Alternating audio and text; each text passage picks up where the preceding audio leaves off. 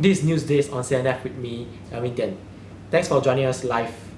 Local company international activities are expected to grow after 2008 economic crisis. This multinational company faced a number of international issues as they expand their business operations overseas. For instance, transactions, translations, and operating exposures are among the challenges they face. Take a look at the exposure faced by Hab Seng Consolidated Berhad. This company is a well-diversified listed company on Bursa Malaysia, and the business owns 6 different business divisions, namely plantations, fertilizer, credit financing, automotive, quarry and building materials, and lastly, property. In financial year 2013, the companies outperformed the industries in terms of managing its leverage, liquidity, and profitability.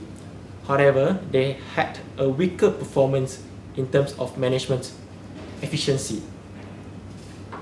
The company experienced a lower amount of leverage and financial risk, and a high percentage of those debts were actually short-term debt. The company had a greater ability to service its debt obligations, but they realized a huge portion of inventory for their liquidity. In terms of profitability, the company outperforms the industry again as the company achieved a higher net profit margins, a higher return on assets, and returns on equity. The company aimed to obtain dominant positions in all its business divisions by well positioning it to benefit from Malaysia's key economic growth. For example, its property division is aiming to beef up its land banks as the demand for housings and offices properties are expected to increase in line with the launch of the Greater Kuala Lumpur, strong GDP, and urbanizations. Its automotive division is proactively in upgrading and expanding its Mercedes-Benz showrooms to surpass other regional dealers and competitors from BMW to Audi. Another example on credit financing divisions. It offers a wide range of innovative products to SMEs to benefit from 10th Malaysia Plan that encourage the growth of SMEs, which will spur the financing needs. Each of its business divisions does not operate on its own. The company gained competitive advantage as all its business divisions synergize with each other. Now, moving back to the threat exposure faced by the company. Right now, a special analysis from London is my news colleague, Ms. Wong. Would you mind to tell us what is the transaction exposure faced by the company, the impact of these exposures to the company's performance, the management's strategy adopted, as well as your recommendations to the company? Thank you. Regarding Hab Seng, they face transaction exposure as a lot of the contractual obligations are denominated in foreign currencies. As seen from the graph, if Malaysian ringgit is to depreciate to the lowest value in year 2011, a possible loss of 25 million is expected, with the increase in the expected principal payment and interest value in the USD denominated loan. However, the recent decrease of the USD borrowing actually decreased the transaction exposure. Nevertheless, the impact of USD fluctuation in the financial performance is still fairly high. In year 2013, with the projected 5% depreciation of Malaysian ringgit against USD, and the SGD reported the highest possible loss of 25 million.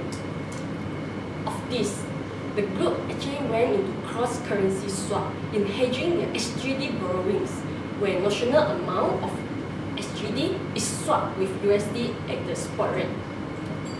This essentially eliminates the transaction exposure, where the same amount of SGD is expected to be get back at the time the contract matures. However, I would suggest that the group increase the notional amount of the contract, as currently the gain in the fair value of the swap contract is not enough to offset the loss in the borrowings. And the group also entered into forward currency contract in hedging the transaction exposure of US dollar. In my point of view, the hedge is quite effective in the sense that the gain or loss of the hedge is offset by the loss or gains of the hedge item when no huge net loss is reported along the years. The recent depreciation of Malaysian ringgit against US dollar also benefiting the group with payable hedge denominated in USD, where the amount payable would be locked in today's spot rate. Nevertheless, there are also several alternative approaches that the group can consider in hedging the USD payable, as Malaysian ringgit is forecasted to depreciate against USD in year 2014 and undergone slight appreciation in year 2015. The group can consider implement leading and lagging strategy, where they delays their payments in 2014 and speeds up in 2015. The group could also consider remaining unhedged or adopt money market hedge, where amounts required for payments is borrowed in Malaysian ringgit today and subsequently invest in US dollar.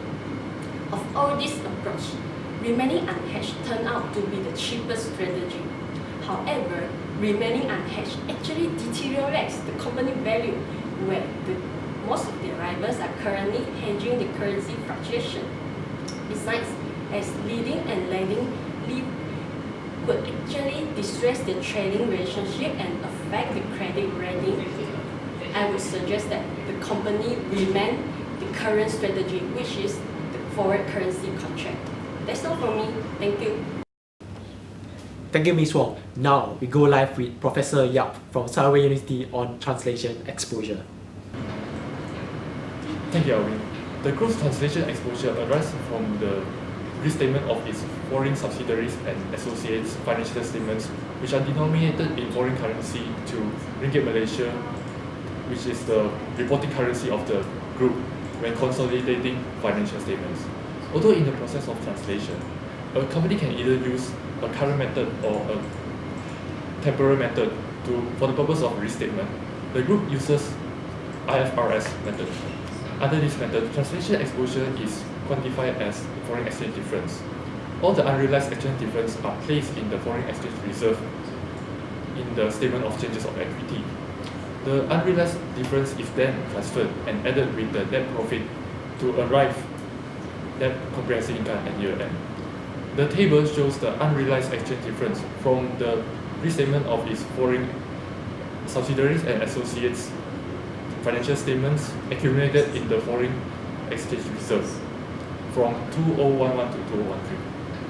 The most noteworthy one is that there was a big drop in the foreign exchange gain from Ringgit Malaysia 6.806 million in 2011 to Ringgit Malaysia 2.739 million in 2012. This was due to the translation of its Indonesian. This was due to the translation of its Indonesian subsidiary, caused by the severe depreciation of Indonesian rupiah in 2012. This had impacted the group's comprehensive income as a result, down by 2.1% compared to 2011. The group uses balance sheet hedge to manage its translation exposure, where the group borrow foreign loan to match with the foreign assets. It is useful for the group as it is able to fulfill their debt covenants, and also is very useful for the managers as they are judged based on the financial statements that are affected by the translation exposure. There's no alternative for the translation to manage the translation exposure, because balance sheet hedge is the most viable method to manage the exposure. Before I end, I would like to add what Ms. Borhe has said about the alternative strategies to manage transaction exposure. Actually, transaction exposure can also be managed through billing the group's customer in Ringgit Malaysia instead of USD, or setting up a reinforcing center in a third country to eliminate exchange difference. However, both methods are not suitable for the group, as the first method will decrease the competitiveness of the group, and the second method is too costly for the group to implement. The second method is normally used by the multinational companies which have lots of foreign subsidiaries. That's from me. Thank you very much. Thank you, Professor Yap, live from Sunway University. Now, in operating exposures, we have live with Miss Evelyn from Singapore. The operating exposure of Hab Seng is mainly due to its sale of palm oil, which is globally traded and priced in USD. As we can see from the graph, the Malaysian ringgit has depreciated 5% against the USD in 2013, and hence increases the global demand for Malaysia's palm oil export as well. This has benefited Hab Seng, as we can see from the increase in total sales volume from 2012 to 2013. However, as a Malaysian producer, Hab Seng had to face a stiff competition from the Indonesian producer of palm oil. As we can see from the graph, the Indonesian rupiah depreciated the most against the USD as compared to other currencies in 2013. This has given the Indonesian producer an extra advantage as they are able to increase their average selling price in terms of Indonesian rupiah, while their production cost still remains the same. Meanwhile, the average selling price in Malaysia has decreased in 2013, similar to the global price of the palm oil in the global market. Besides that, the operating exposure of Hab Seng also arises from the sale of fertilizer in Indonesia as well, as the revenue received by Hab Seng is actually denominated in Indonesian rupiah. Meanwhile, their production is in Malaysia and their cost base is denominated in Malaysian ringgit. Now here is a mismatch of currency that works against Hab Seng, especially when the Indonesian rupiah that they are receiving is actually depreciating in value as compared to their cost base, which is denominated in Malaysian ringgit. As of now, Hab Seng does not have any strategies to hedge its operating exposure. In fact, the depreciation of the Indonesian rupiah and the Malaysian ringgit is expected to continue throughout 2014 and 2015. Among all the strategies that Hab Seng could have undertaken, they could have get a borrowing denominated in Indonesian rupiah, where any revenue inflow from its sale of fertilizers in Indonesia could be used to service such a debt.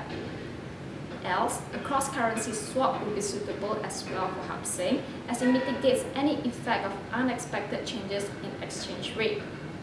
However, a financial hedge will not prevent Hab Seng's competitive advantage being eroded by the currency rate fluctuation.